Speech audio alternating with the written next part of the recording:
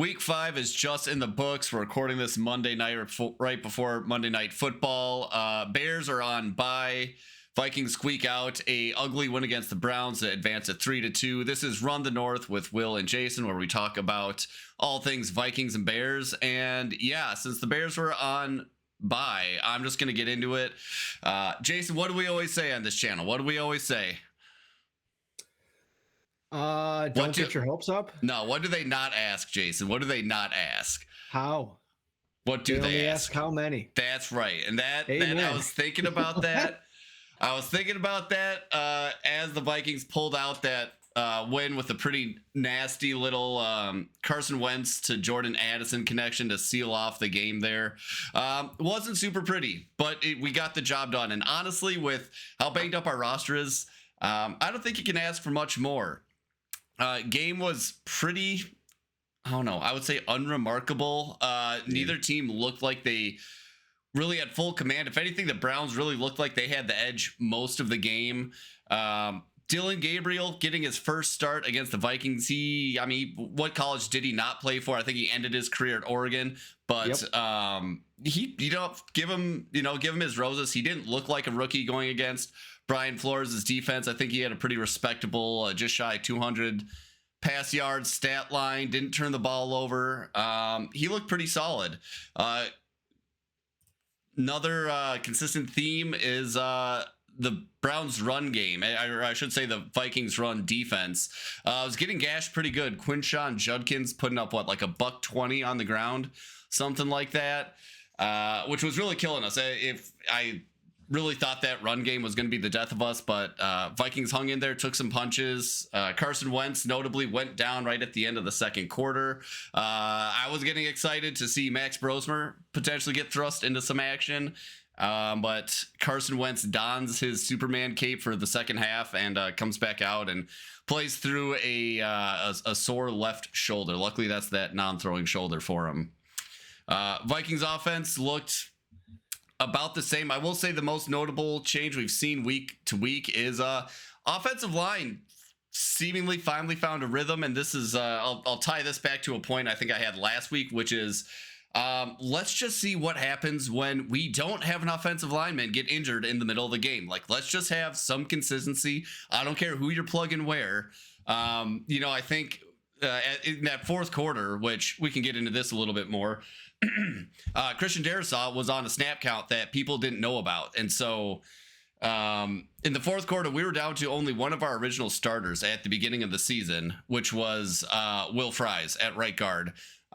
Basically down to our third string left tackle, left guard, center, right tackle. I mean, it was really a hodgepodge of guys, but hey, I think we gave up the least amount of sacks so far this season with just 3.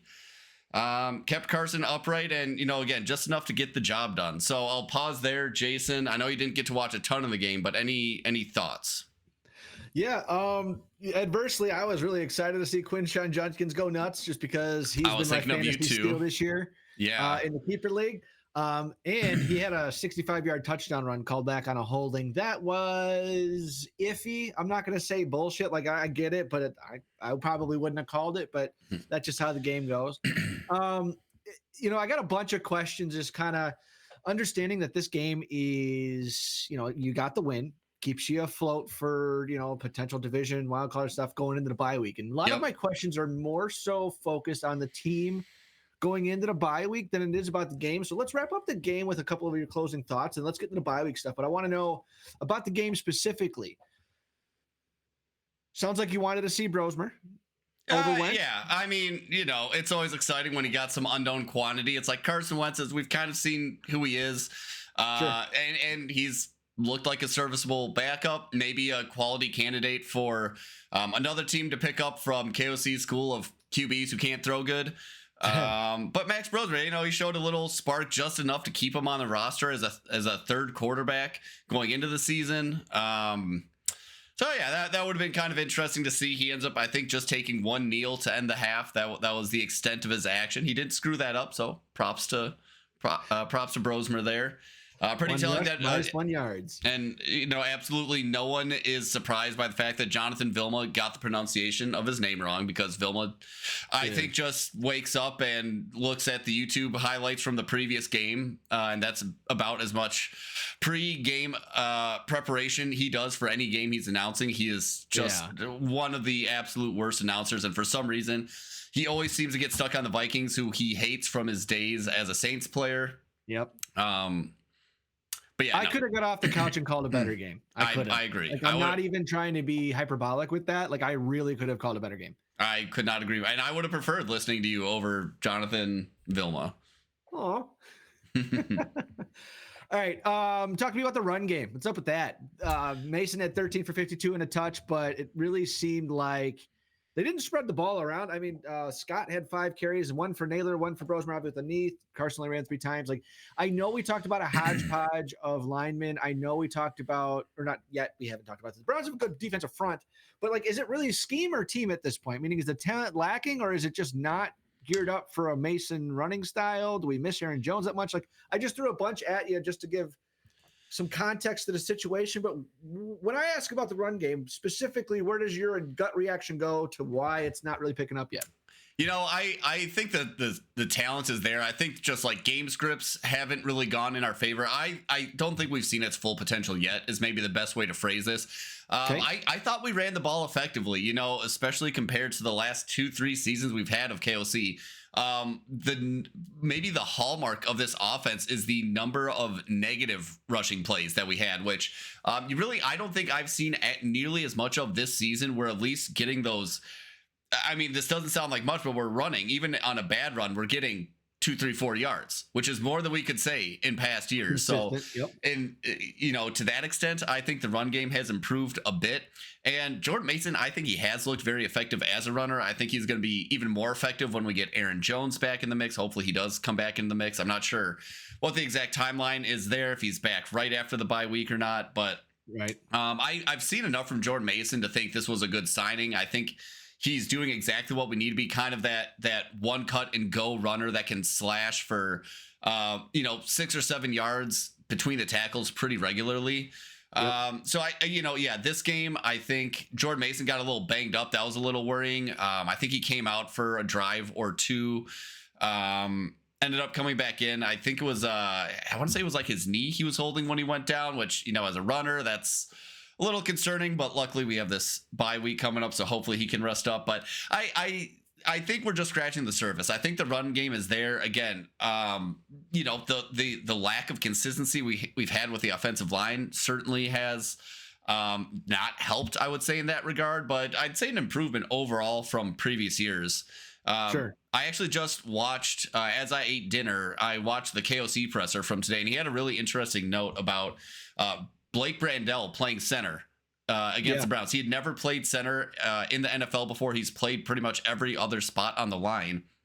And he was with the Niners before that. Is that right? I'm not even sure where it came from. He's been kind of hanging around as our sort of just swing flex backup interior guy. Not even interior. He's played tackle, I think, for us at least once. I could be wrong on that, but KOC said, Blake Brandel, really high football IQ guy, and really the center is the quarterback of the run game for the offense, which that's not, I guess, a concept I'm too familiar with. I never thought of it like that, but maybe Jason, as a football guy, can you elaborate on like what the center is having to do as the quarterback of the run game? Sure. So I guess in any play, the quarterback and the center need to be on the same page. Your more veteran quarterbacks usually take on a lot of the IDing the mic. And that's counting out who's the middle linebacker. Positionally on defense, he may not be the middle linebacker, but what they're doing is identifying this is the guy we're calling the mic for this play, because our run fit and our blocking scheme is based off of who we call the mic. It tells a lineman who's getting first level, second level, who we're going to work up to, if we're going to slide right, if we're going to go pulling guard, if we're going to go second level on a stretch, double team, a duo, a power. So you'll see the center with the hand on the ball and saying this is the mic or this is the mic. 23 is the mic, 54 is the mic. That's just telling which guys we're going left and right. That's the first part of quarterbacking. The second part is if it's a pass pro, Him and the quarterback need to be on the same page. All right, I got a hot over here. He's probably blitzing. We need to have at least one guy, two guys sliding over here. Or I can see an overload here, or I know by where the defensive line is what the stunts might be coming. All of that happens because just like in basketball, you need five guys moving as one to pick up those stunts. Because like everybody in the league is able to block the guy in front of them. Right. It's the guy in front of them that's moving this way, and you got a guy coming around or a guy behind. You have to have answers for all of that because that answer is not just for the center. It's for both guards, the tackles. It's for both tight ends and the running back to know who's got what guy on what side. So it really is good, especially for a younger quarterback or a newer quarterback to the system like Wentz. He's been in the league for almost a decade, but he's only been on the team for 2 months. Or a guy like Brosmer hasn't taken any snaps. JJ, he's been in the system for a year, so he's got a better handle. But, just like with the Bears, that's why we went and got a veteran center in Dahlman, who's been around the league for 4 or 5 years, plays at a high level, especially in the run game. You're taking a little bit of that burden off of your quarterback. But, again, you can see when one of the linemen does not get the call. Obviously, center's in the middle, too, so it's easy to relay both sides instead of the left tackle trying to say, hey, I got a stunt over here and get it 3 guys down, especially with all the crowd noise. Yeah. Make sense? Yeah, no, that's a good breakdown. And yeah, to your point of like needing to have an answer for all those stunts, kind of goes hand in hand with offensive linemen just being the most thankless job in the NFL because all it takes is one of those screw ups. And, like if they're doing their job, you don't hear about them. It's only when they screw up that, they only ever seem to get bad things said about them unless, maybe the broadcasters have been trained before the game, like, oh, look out for this guy. He's a really good pass blocker, something like that. Right. But no, yeah, good analysis there. So I thought he definitely proved his point. I think one of the press guys in this press conference asked KOC, like, is Blake Brandel going to be the center going forward? Or when you get Michael Juergens back, who is our backup center, is he going to get the job? And KOC did not immediately hand that job back to Juergens. He said, well, we'll kind of see just what unit works best for us. So do we see more Blake Brandel going forward? Maybe. I think I would like that, assuming we don't start seeing like some snapping issues pop up, but the line really did perform pretty well. So I think he overperformed there. And yeah, I guess that's all there is to it. We'll see what comes out, what outfit comes out week 7, but hey, like I said, consistency is the one thing I wanted to see, and I think it went a long way this week in fending off that just nasty Browns defensive line. Sure. And you know what? Speaking of hearing bad things about it, let's talk about this Jordan Addison thing. What'd you hear? What's the vibe right now? Because you waited so long to get him back. Does some bullshit. Yeah. And his name is being brought up for not the good reasons. Tell me more.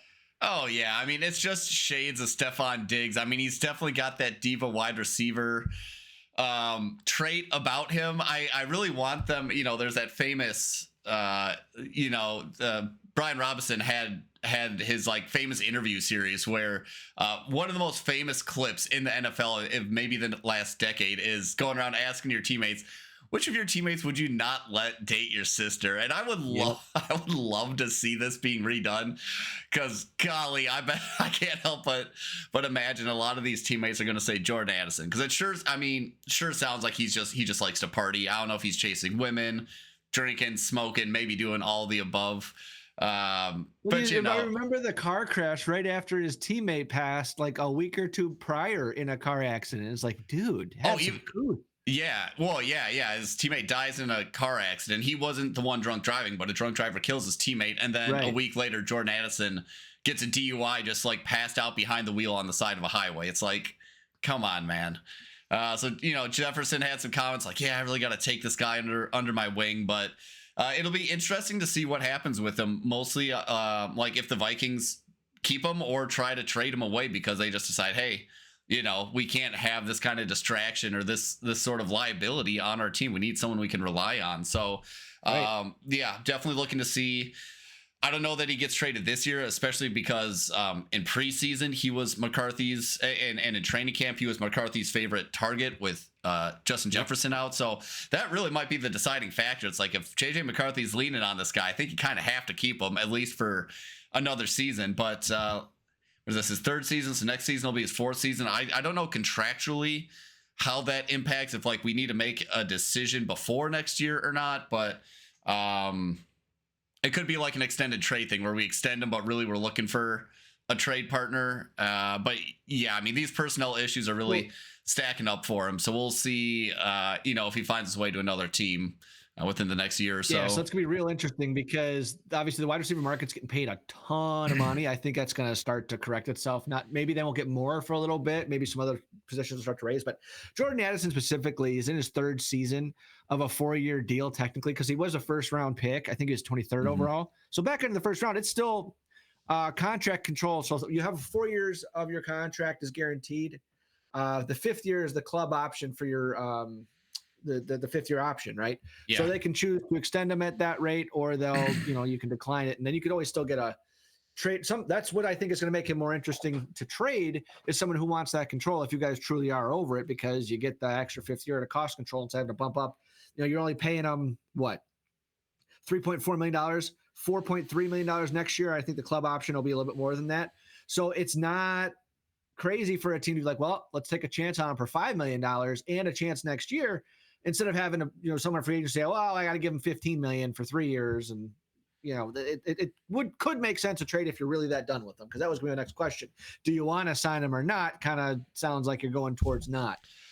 Yeah. I mean, it totally depends on the return. Like, I don't know. Can you get a 1st round pick out of them? It's like I doubt it. You don't think so? Due to contract implications. There's like, you're going to have to pay him now. There's so many receivers, maybe a 3rd round pick. Maybe again, I don't know how they value the contract. That maybe a 2nd, but I don't think that way. Cause again, you're taking on the liability of his availability. He's getting suspended. Sure. He's, let me ask you this. Not a plus guy. If you have a 1st round pick, say somewhere around pick 20, and someone can tell you with certainty, hey, like, particularly if you're looking for a wide receiver, hey, you're going to get Jordan Addison with this pick. Like, do you take that in the 1st round, or you say, or it's like I would not, because part of the value of having the 1st round is the cost control. Right. So that's why I'm saying, is that why we're not going to get that 1st round return for him? Because I don't think he's that valuable, because he's not a number 1. If JJ's not there, he's not a number 1 in the league. Oh, see, I might disagree with you on that one. I think he is a very, very talented receiver. Which number 1 receiver is he better than? Stephon Diggs right now. Okay. Let me think of some more. Marvin Harrison Jr. I think he's performed better than Marvin Harrison Jr. But I wouldn't trade for his contract, because I've already got a guy that I'm developing. Well, that's not what you asked me, though. You said which wide receiver ones is he better than in this league? I'm just listing some guys out. Okay, fair enough. If I was to rephrase it, I'd say, would you want, like, now go forward for the cost is up? But yeah, for talent wise, yeah, I can see like the production. Sure. Yeah, so we'll see. He's good. Okay. He's trouble. Maybe he'll go to the Steelers. He seems like he'd be a great fit on the Steelers. Oh man, all they do is flip them though. They draft those guys, and they're the ones that get rid of them. So yeah. What's another? So flipping to the other side of the ball real quick, defense. Whose name stood out to you, whether it's good or bad, in the game? And then after that, I got a couple more just off week questions for you. But yeah, defense. Who stood out in a good way or a bad way? Yeah, in a good way. I mean, my guy Levi Drake Rodriguez had a couple nice plays, tackles for loss. Really like that guy. I always forget if he's undrafted or if he was a 7th rounder guy, but I will say I got a bone to pick with like Ivan Pace. He's one guy, he got drafted. I think this is his 2nd year, 3rd year. Yeah, he was a UDFA last year, I think. Yeah, and he just had so much hype coming out of training camp, and frankly, I just don't see it on the field. I mean, he's fast, but he's been missing a lot of tackles this year. Seems to be a liability in coverage. I don't get the hype behind this guy. I mean, the Vikings really seem to love him. Another game where I'm just like, is he that great? Not sure.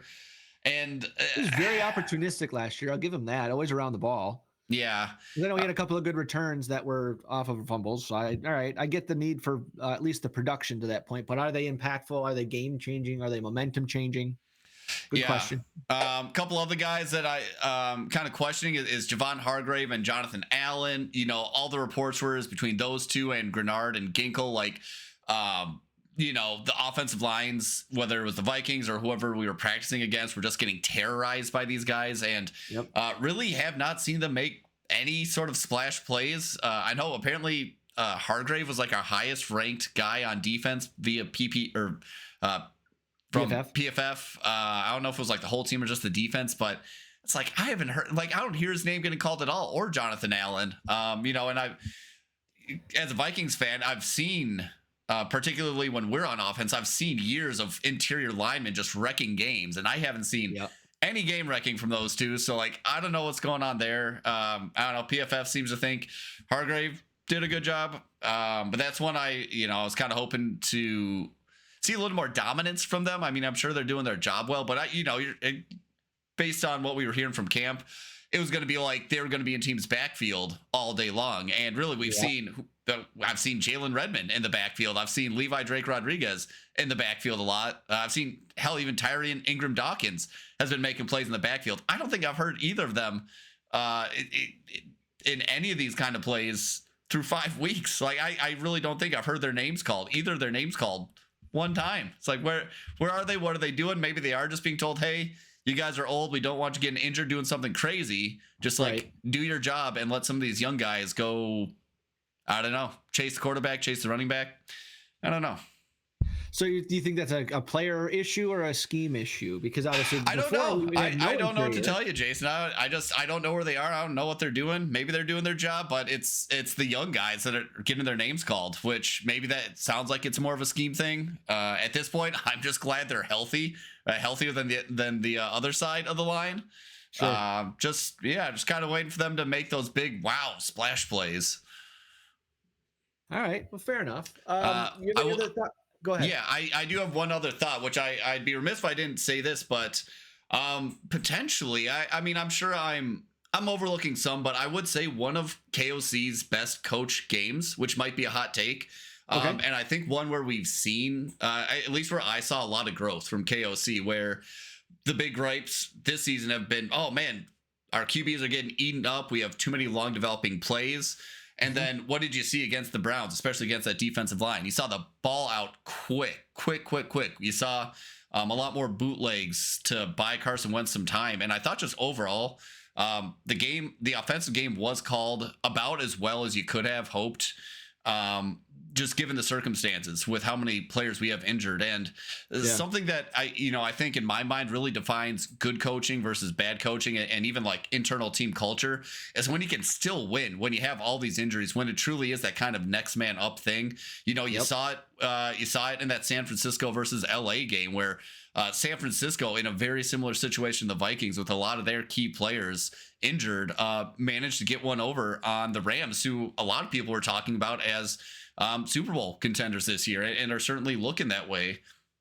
So yeah, it's nice to see the team still stay composed, not really throwing the flag. And, you compare that to Baltimore, who, not saying Harbaugh is a bad coach by any stretch of the imagination, but they just haven't been able to, not only have they not been able to win despite their injuries, they really looked uncompetitive this week. I mean, what was the final score of their game? And they kind of got blown out, didn't they? For which one? Against the Texans. Yeah, the Texans blew them out 44-10. Yeah. And that's okay, Baltimore's defense is really banged up, but like the Texans' offensive line is terrible. But I also read that they're not handing the ball to Derrick Henry on first and second down. I think they're like the lowest rate of doing that, which is nuts right now. Yeah. So definitely question marks going over there. But just, again, bring that all back to the point where I think KOC's really shown growth as a play caller. The first 2 years, there was definitely growing pains with clock management and maybe willingness to adapt his coaching style to what was going on the field or what players he had available to him. But I think this is one of those wins that really shows that KOC knows how to win a football game, and it's his attention to detail and his planning beforehand that I think is making the difference. I mean, another thing that's talked about is how good his record is in one score games, where in the NFL where any given week a team can win. It's the coaches and the coaching staff's preparation and attention to detail that a lot of times makes a difference in these games and how they're coaching their players. So really liked what I saw out of the KOC game plan this year. And just feeling really good that he's our coach. I know a lot of fans are really down on him, or either even down on this game. Just how we won win that game. It's a character win, kind of look what the Bears had last week. And that's something that the fantasy football fan wants the rookie in producing and he wants everyone to have, you know, Yeah. 15, 25 fantasy points. That's just not what it is. And that this was a good football win for you guys. So Mhm. hearing some of those coaching points, do you think let me put it this way. Is KOC proving that he's more than just a McVay disciple now, or is he still kind of under that shadow?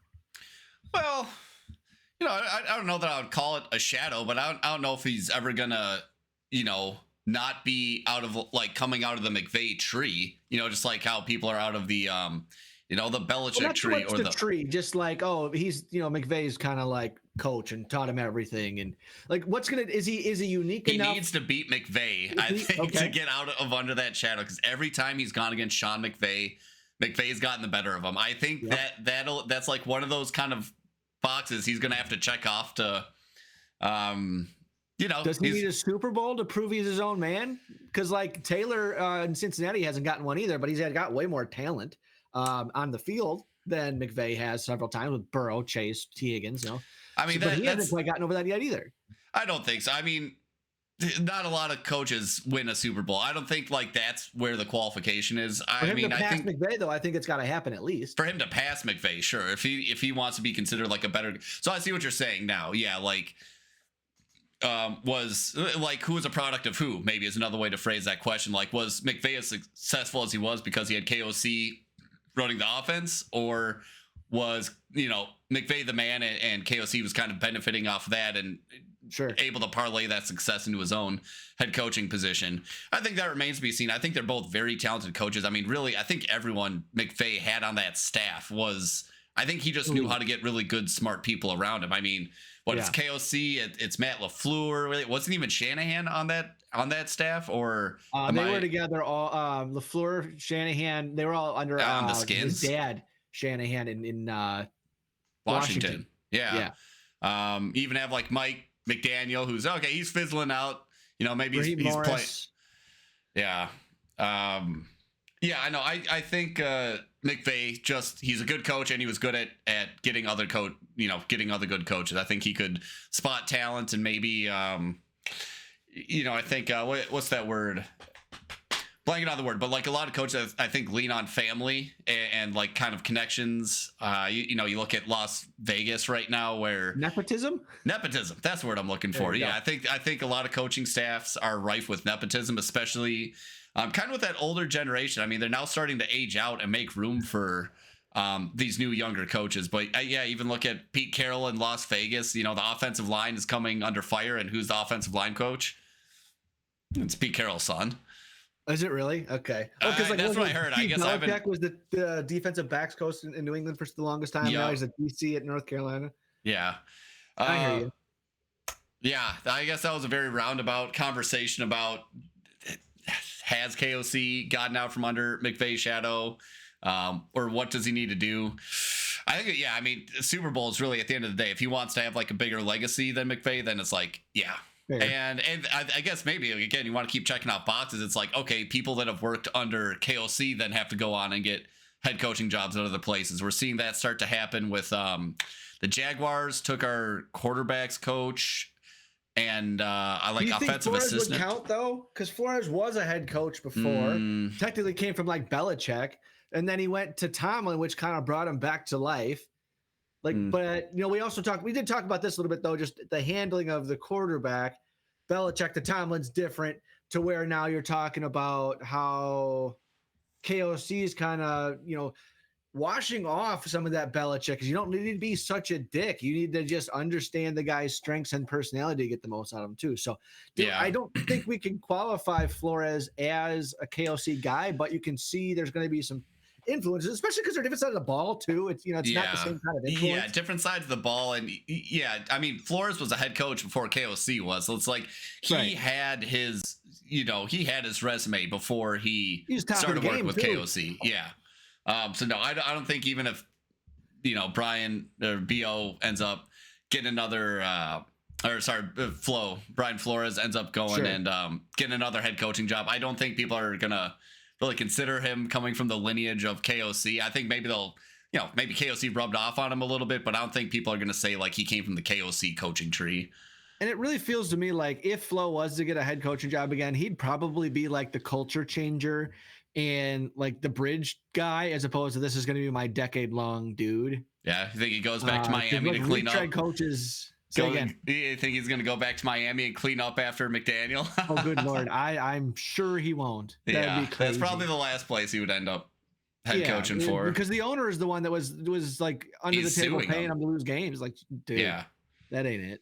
Yep. So, all right, it seems like we're safely into bye week talk here, but is there anything else for the game? Otherwise, I got a bunch of bye week questions for you just to kind of refresh where we're at with the season. But yeah, want to talk in game or we want to talk bye week? No, I think we covered off pretty well. Let's talk bye. What's on your mind? All right, couple of things, and we can go any which way on it. Just know I got 4 or 5 for you. First question, who's the quarterback when you get back? It's going to be JJ McCarthy. That's another thing coming out of the press conference that happened like 2 or 3 hours ago was KOC was pretty much just saying, yep, we're going to get JJ McCarthy ready starting. I mean, today he was already getting ready, and then we're going to, ramp him up as quickly and consistently as we can with that ankle. I think the only reason he wouldn't is if there was like a setback with his ankle, if he tweaks it or something in practice. But also the fact that Carson Wentz has this, undisclosed shoulder injury. We're not sure how severe it is, but I think he did his job and he's kind of earned a chance to rest and heal up instead of trying to fight through something maybe unnecessarily. So it's look at, again, unless there's a major setback, JJ McCarthy I think is the presumed starter for that post-bye game. Fair enough. And so going into that bye game, you have a week to kind of retool. You're traveling back from 2 games overseas. What do we think the Vikings team identity is, and then each side of the ball offense, defense identity is right now? And where should it be? Yeah, I mean, I think we're still looking for it. It's probably gonna be the same consistent kind of like gritty. Might not always be pretty, but do the small things right, and it's probably going to be like a lot of 1-score games again this year. If I had to guess, where JJ McCarthy is going to have growing pains. We're going to have to develop that, and the defense is going to have to probably carry some extra weight and keep us competitive. I think so. I guess as much as this is an identity, I think this is a team with talent and essentially a rookie quarterback trying to find its way. Whether that means it's going to be high octane, throw the ball 40 times a game, or it's going to be, let's let JJ McCarthy manage the game like he did in Michigan when he won the championship, and try and get an early lead, let our defense protect that lead so that we can put JJ McCarthy in, favorable positions when he does need to throw the ball. I think that's probably the style KOC is going for versus coming out and having JJ McCarthy sling it 40, 45 times week 7. I don't think that's too likely, but I think it's all going to be about just like trying to put JJ McCarthy in as favorable of a position as possible. Fair enough. So coming out of the bye, I'm going to give you the middle third of the season schedule, and then I got a follow up for that. Week 7. So week 6, obviously you have your bye week. Week 7 is going to be on Sunday the 19th. You play the Eagles at home. Week 8, that's a Thursday night game, so short week in LA against the Chargers. And then the following week, week 9, you're at Detroit for the Lions. Week 10, you're at home versus Baltimore at noon. And then week 11, you're the week before Thanksgiving, you're at home versus the Bears. We'll be at that game.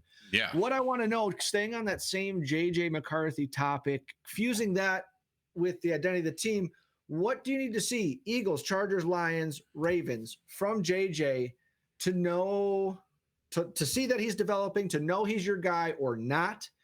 It can be a stat line. It can be a feel. It can be anything that comes to mind when you say, all right, this development's on track, or it's not, and something needs to change. Yeah, well, I'll start off talking about that schedule there before we get into JJ McCarthy. I would say schedule's looking a lot. Things took a fortunate turn for us, I think, compared to the beginning of the season where you look at that stretch and it's like, oh, man, do we get one win out of that stretch? And now it's like so what, you got the Bengals, and the Chargers, who are just about as banged up as we are. So that levels the playing field. Chargers, Lions, Ravens. Yep. So you got the Ravens and the Chargers, who are about as banged up as we are. Okay, that levels the playing field. Eagles, showing a chink of their armor. They lose to the Broncos, so there's something on tape.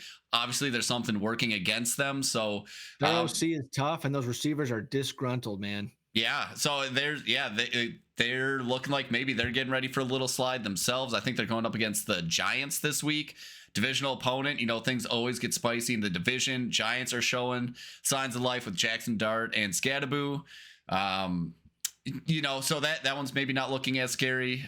Lions, I think, is probably our most likely loss at this point. But again, division game, you never know what's going to happen in a division game. And then same with Bears, where they're showing signs of cohesion, like they're kind of all getting on the same page, starting to figure stuff out, kind of take after that Ben Johnson mentality of just toughness and grittiness and playing smart. So I'll say it's going to be a mixed bag. Are we going to go 5-0? Probably not. But are we less likely to go 0-5 than I thought at the beginning of the season? I would say yes. So, okay. What do we need to see from JJ McCarthy against these 5 opponents? I think just from like a real concrete thing, we need to see him getting the ball out faster. We need to see him make his reads a little faster, which is asking a lot for a rookie quarterback. And, we've seen now KOC adjust his play calling for Wentz in this game against the Browns, where it really was just a lot of quick first read type of play calls. Maybe he will do that a little bit more to help out JJ McCarthy. Who knows? Maybe it's like, hey, McCarthy's been in the system for 2 years. He's gotten some live reps now. Like, I'm not going to put the training wheels back on. He's got to learn how to play Vikings football. And if that's the case, still the point stands. We need to see him make his reads a little faster. One of the things I really liked from his first game was his command of the line of scrimmage. I'd like to see that continue. And this is the NFL. I think at the end of the day, we need to get wins. Whether or not, we're scoring 10 points or 30 points, kind of falls on the quarterback's shoulders. So I think if he's just doing what we need him to win, that's kind of, that bottom line metric of, is he being successful? And then, at the end of the day, it's going to be a feel thing too. It's going to be an eye test thing, like what you saw with Drake May. I mean, I think last night, I don't know if you caught the game, but Drake May grew up in front of everyone's eyes right there, going toe to toe with Josh Allen in Buffalo, and made some real tough throws, some real gritty, high level throws, showing off really what he was capable of. And I think we're going to need to see moments like that where you're going to know it when you see it with JJ McCarthy. He's going to make some plays that make you go, whoa, like that's not a normal play. That's not a play that every starting quarterback in this league can make. So, I think I'll just be waiting for moments like that. I mean, even I feel like he had a couple moments like that in that first game against the Bears.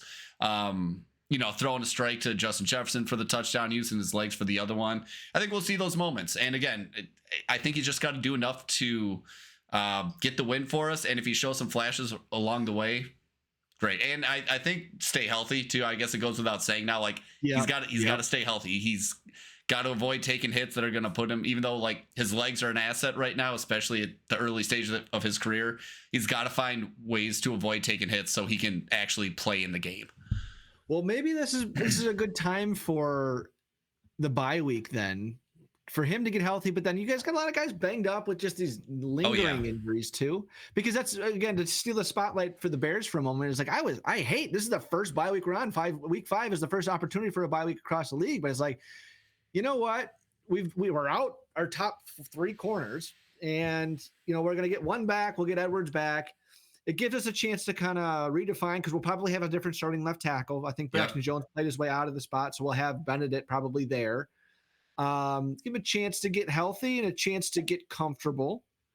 And another thing, to redefine identity a little bit more. Where do we want to what can we dig into the film and see what we really are doing well so far? And what do we want to emphasize going forward? Because we were really bad with pre-snap penalties, but we were also top 5 in third down conversion percentage, which is something as a Bears fan I haven't been comfortable with since 2013 with Trestman. Mm-hmm. But then the defense also sucked ass. So we're going to see a little more of that too, because we talked last week about, is the roster built for this type of defense? Not really. So is it because we're missing guys? It's because we're adjusting the scheme, because these guys don't fit the scheme properly. We'll see. So just the identity, the brand of football, the knowing your coach, trusting your coach, your team, your development, all that type of thing. Maybe that's going to come at a good time for the Vikings. And that's a good lead in, I think, for my next question for you. Staying on the line of JJ, young guys, rookies, who are the rookie standouts that are developing? What do you want to see more of? And as we were talking to your defensive lineman with the 2 last names, he was a 7th round pick. Yes. Wait, which one? We have multiple defensive linemen with 2 last names. We have Levi Drake Rodriguez and Tyrion Ingram Levi Drake Dawkins. Rodriguez, yes. He was a 7th round pick last year. Got it. All right. So anyway, which rookies are playing well? Which ones do you want to see more of that you think you should be getting some development out of? First or second year guys?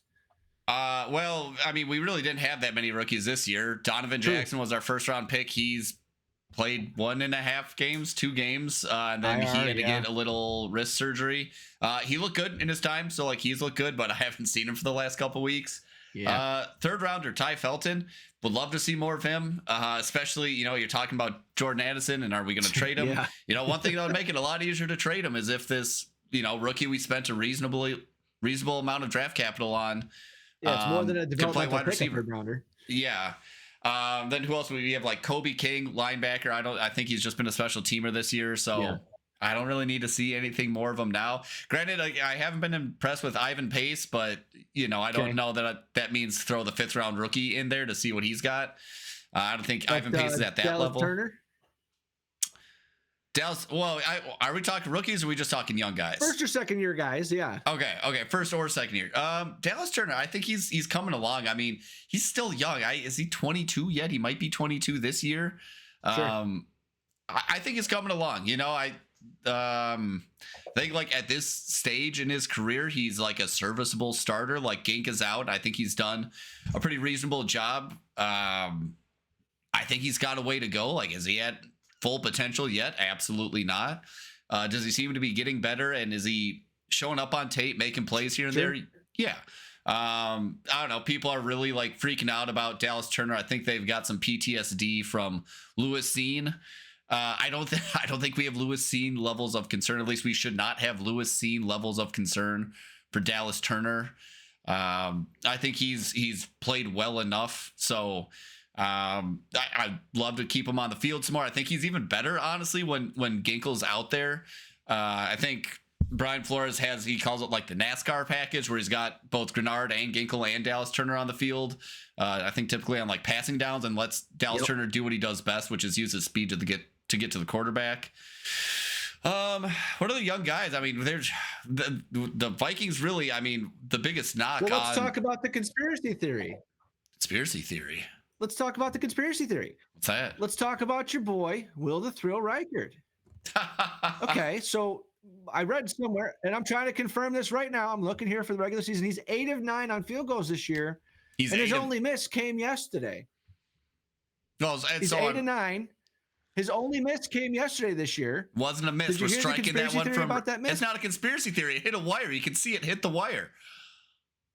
And even in the game, I was like, wow. It should have been a re-kick then.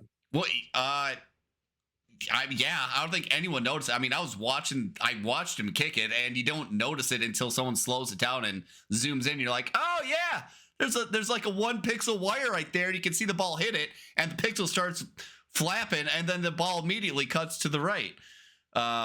Which I was like, wow, it looked like some wind just like knocked that ball sideways in the middle of the kick. Right. So are you saying the NFL saw it and was like, oh shit, like don't say anything. We got to do something for the point total. Think about it. If the way that game ended, you guys won by 4 points. So say those 4 points go the other way, or say that Quinshon Judkins touchdown goes all the way, and you guys were down 4 points. Well, what are we doing? You'd have a lot of pissed off Vikings fans, me among them, if that happened. KOC mentioned that in the post game presser too. He's like, yeah, so like no one's really talked about if there needs to be like a protocol for that, but I'm sure that is going to be something that, you know, the board of the governors, whoever the hell decides that thing, there's going to need to be a conversation. Like so many times the last few weeks, like the Bears have been terrible call. Yeah, then they get an apology letter from the league saying, yeah, they missed that one. It really affected your game, but sorry. Like that's not something, especially like that's not good for the overseas product. I don't know how much they know just because they're probably not as experienced or nuanced in understanding that type of thing. But man, I just, we have all this technology. You better get that right, especially when the ball literally hits that technology. Like What are we doing? Yeah, I think they're going to have to pay closer attention to that, particularly in that stadium, which I think also at the same time last week, there was like a ball that was deflected in the Dallas game that like smacked the sky cam too. So, Oh, nice. yeah, I think they got to figure out some sort of protocol for it. Like, I mean, I would imagine it's just like a redo if it affects the outcome of a play, like just redo it. Sure. Yeah, that if we would have lost because of that, that would have been extremely bogus though. Right. I don't know what you do in that scenario, but I'm just glad it did not affect the outcome of the game. Sure. All right, I got two more for you, and then that's it for my bye week prep questions. So team as a whole, what position or positions are holding the Vikings back from seeing their full potential or contending for a title this year? Oh, it's the offensive line and the quarterback for sure. Things that we thought we had, offensive line we thought we had largely addressed in the offseason was supposed to be one of the strongest parts of our team, and it's thus far been probably the weakest. And then a lot of shuffling. Yeah, and quarterback play, it's certainly affected by that offensive line inconsistency. I think due to KOC's coaching ability and play calling, we've done just enough to get through, but neither JJ McCarthy nor Carson Wentz has really shown that they can be someone that can take a team to the Super Bowl. So, Sure. I think the biggest things that would bridge that gap between who we are now and, us holding that Lombardi trophy at the end of the year, probably the O-line and or quarterback, but who knows? I mean, give JJ a shot. We have almost no tape on him, so I could be eating my words on that. Hopefully I am eating my words on the QB being the thing holding us back, but I think that's more just due to like lack of seeing JJ play.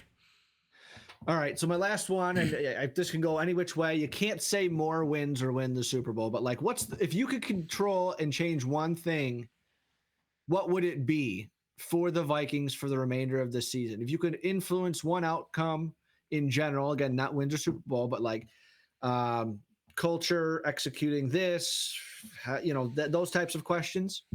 What do you think it would be go forward after the bye week? I don't know if this counts, but I'm just gonna say just curing the injury bug more than anything, because I think when you're constantly shuffling people around, it's hard to tell what you do have.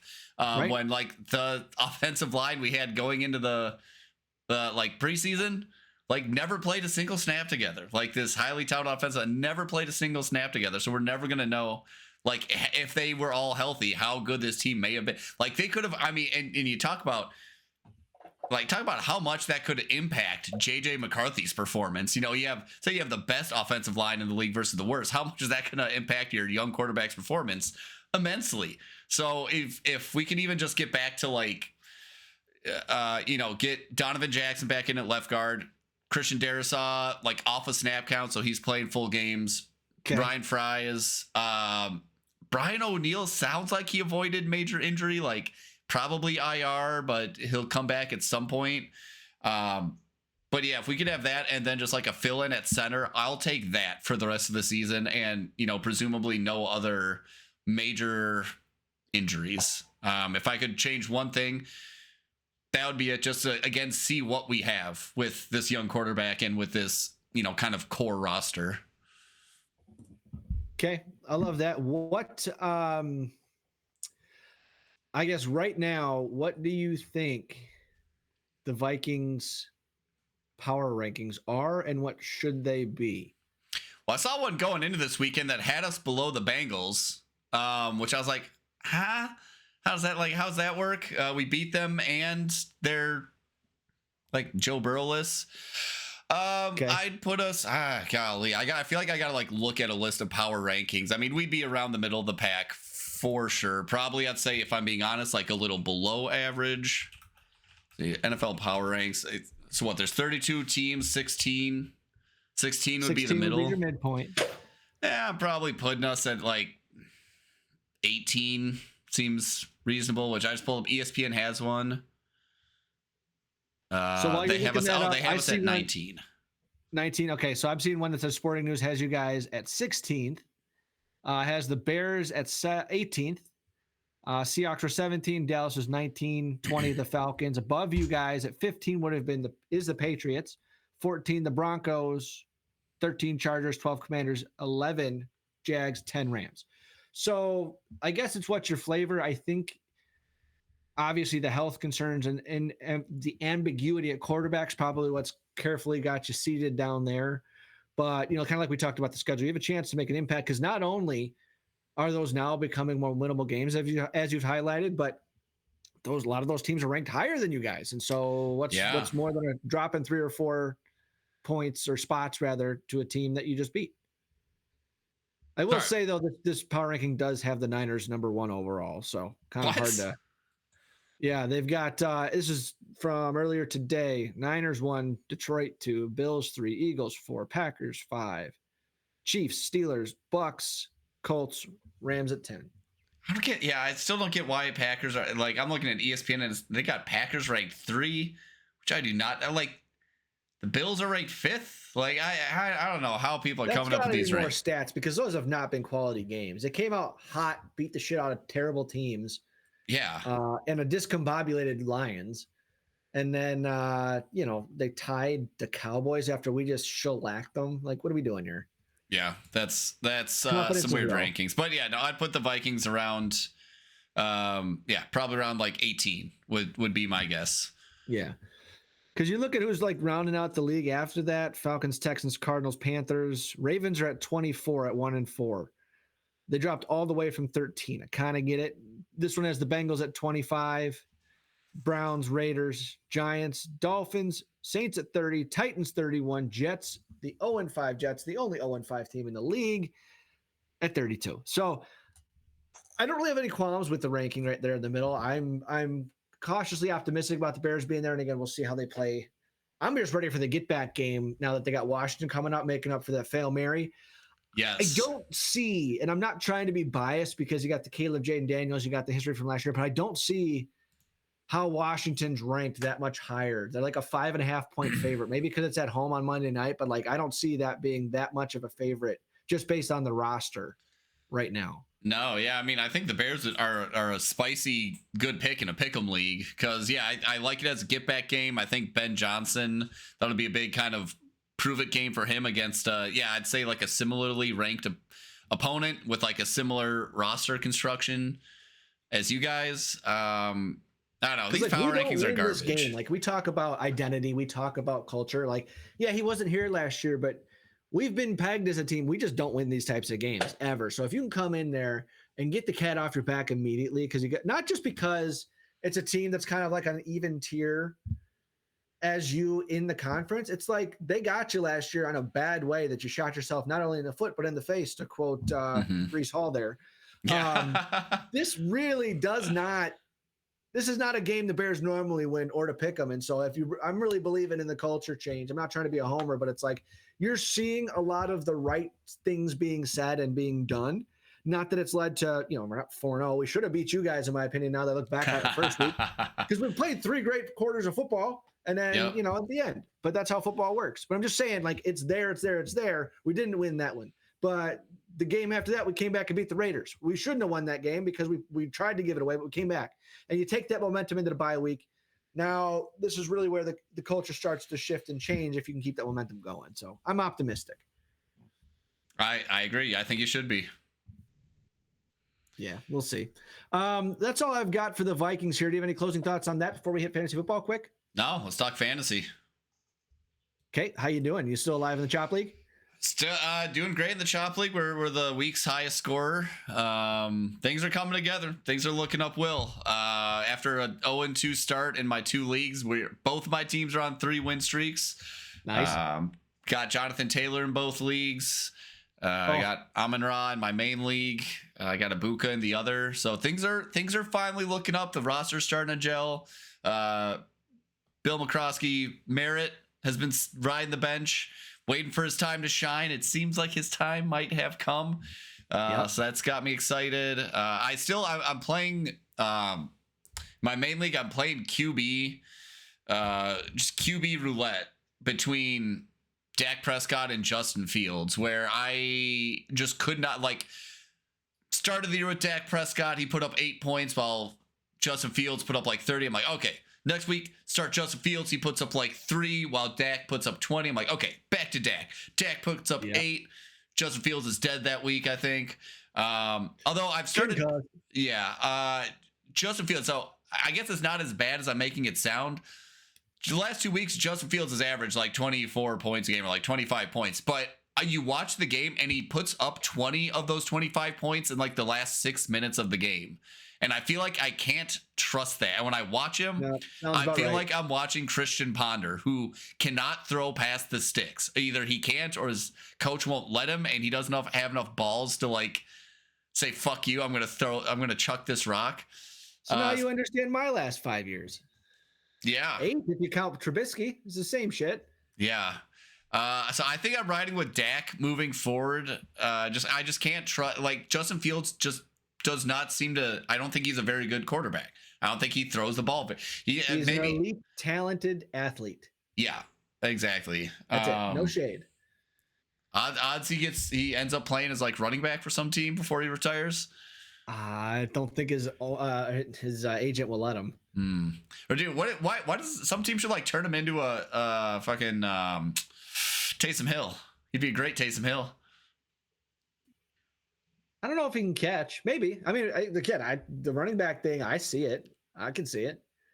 Yeah, he's much more sturdy than Lamar. I can absolutely take hits. He's proven it. Oh yeah. But yeah, no, fantasy team's doing good. Survivor League, I lived to fight another week. Took the Lions. I'm looking at the slate for next week, and there's nothing. There's no games next week that are feeling great for Survivor League. I'm looking at like Rams over Ravens. Could be juicy. Looking at Patriots over Saints. Is Lamar going to be back for that one? I don't know. I mean, if he is, I'm sure as hell not taking the Rams.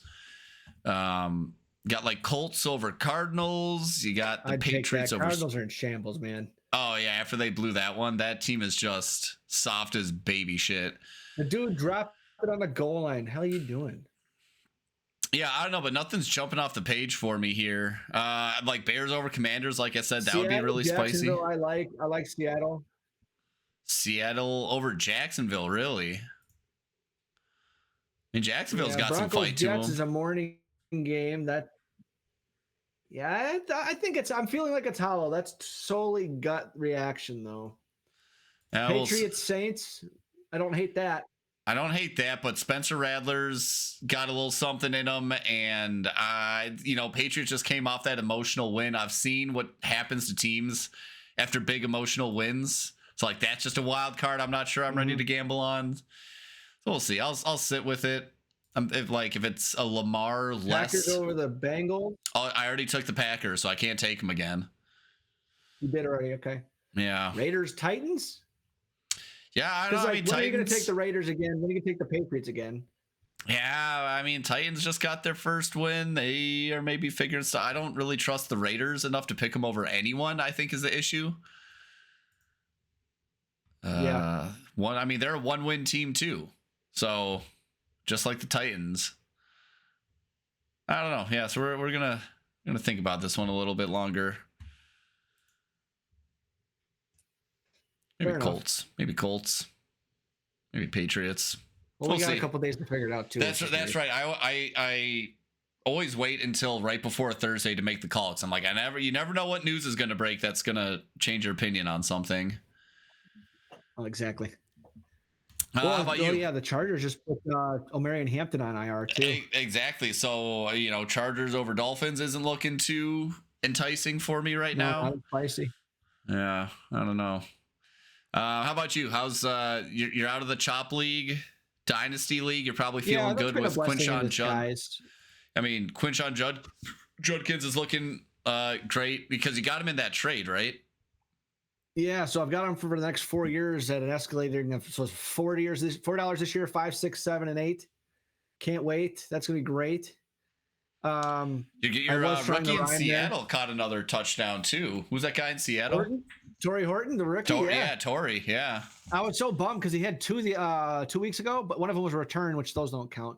But yeah, so the one thing that I love about this too, so James Cook have been my running backs for next year also, just by contract.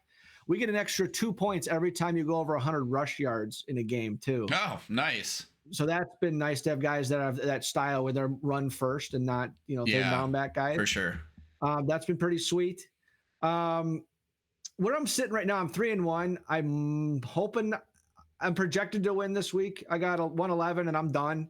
He's got 92 with Xavier Worthy to go, so it can go one way or the other depending on how that game goes. But we're already into the second quarter and they're up 2 scores, so I imagine that might chill a little bit. Yeah. But our division is looking great. We got 6 teams in each division conference, we're going to call it.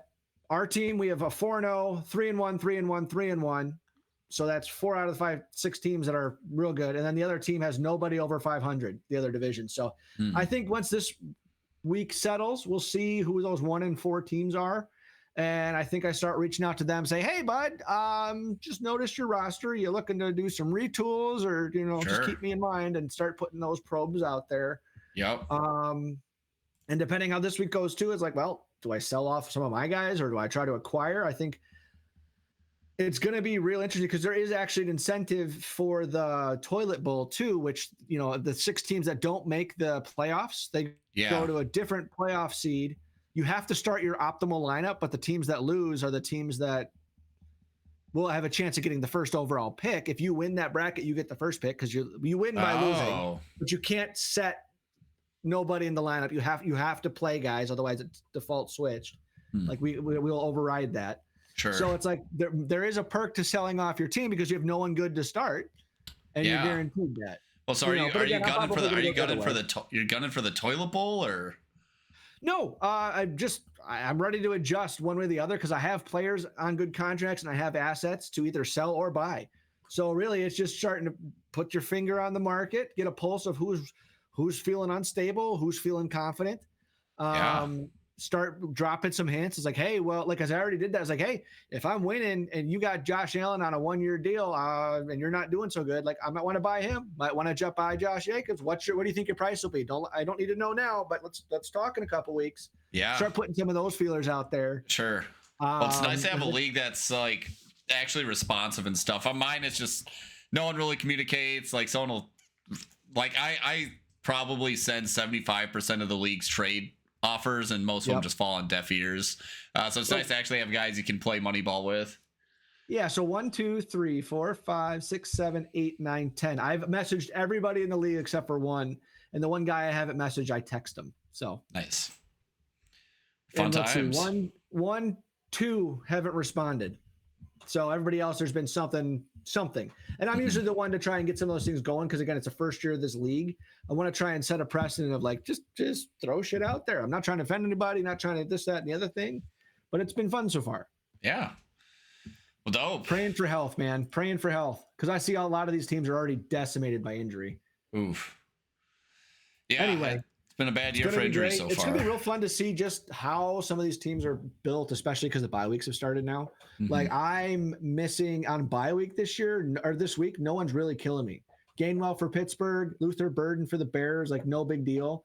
Purdy was hurt. Tyreek Hill went down. So it's like, there goes some depth. But I was very conscientious not to overdraft. Like, I've gone for everybody on the same bye week and kind of punt that week, and it hasn't worked out for one way or the other. So yeah, I don't take bye week into the equation at all when I'm drafting. Yeah. And especially with this type of league, it doesn't really matter because next year you can't control half of it. Yeah, that's a good point. So that's kind of what I'm anyway. About. But anyway, that's so we're looking, hoping to wrap up because right now it's 8:15 Central Time. We're almost halfway through Kansas City, Jacksonville. I'm feeling confident, but again, Xavier Worthy is probably the top 3 guy at 12 point plays at any moment. So yeah, well, yeah. Hopefully they Chiefs just hand it off and you can get yourself to bed early. Yeah, it'll be good. Yeah. All right, bud. Looking forward to another episode next week. That's you get a chance to rest on by. Hopefully, we're talking about a Bears win and a healthy Vikings team. What do you think? Yeah, I'll give you the Bears win if I can have a healthy Vikings team. Fair trade with the devil there, eh? I'll take it. Yeah. All right. Run the North, Will and Jaden. We're signing off.